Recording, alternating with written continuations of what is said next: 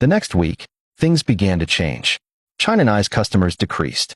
Her tomatoes rotted faster than normal, and her shop was infested with ants. One morning, she woke to find a small bundle wrapped in palm leaves and tied with rough twine. The villagers no longer looked at her with pity. Now they looked with fear. She confronted Ikenna in the market. "What are you doing?" "Balance," he said simply.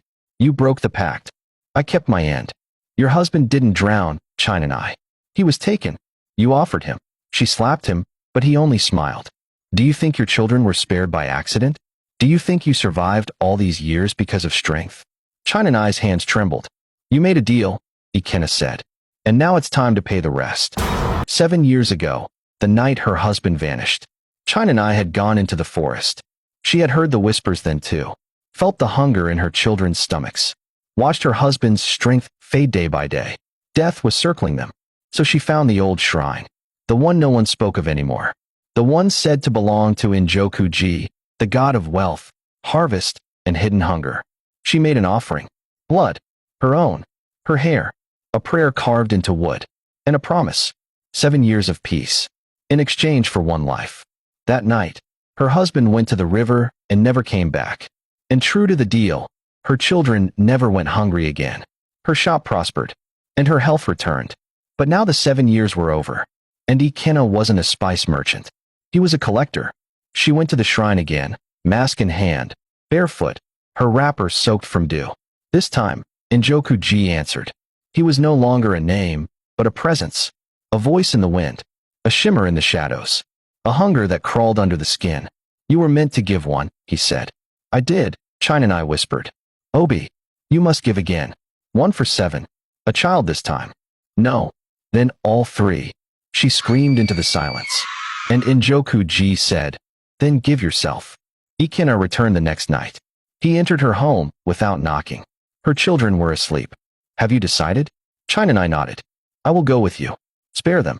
He smiled, but said, "That's not how it works. Your soul isn't enough. We want your name." "What?" "Your essence. Your truth.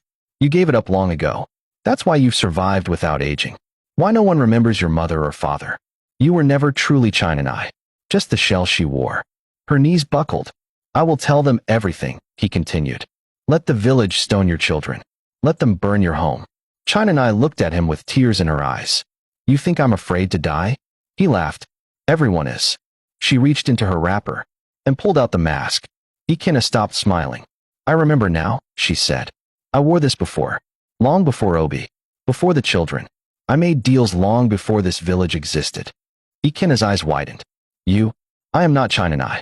I am Agwagwo, daughter of the river, binder of spirits. I wore flesh to escape the gods." The wind screamed.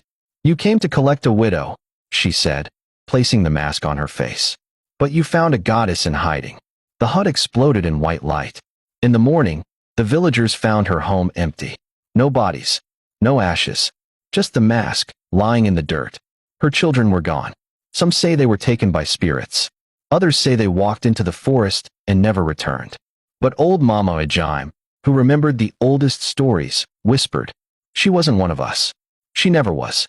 To this day, travelers say if you go too deep into the Umwahia forest, you might hear the voice of a woman, calling names you've forgotten, asking if you remember who you really are. And sometimes, the wind answers. The moral of this story is, every deal with darkness has its price, and no secret stays buried forever. I hope you enjoyed this story. Please like, comment, and don't forget to subscribe.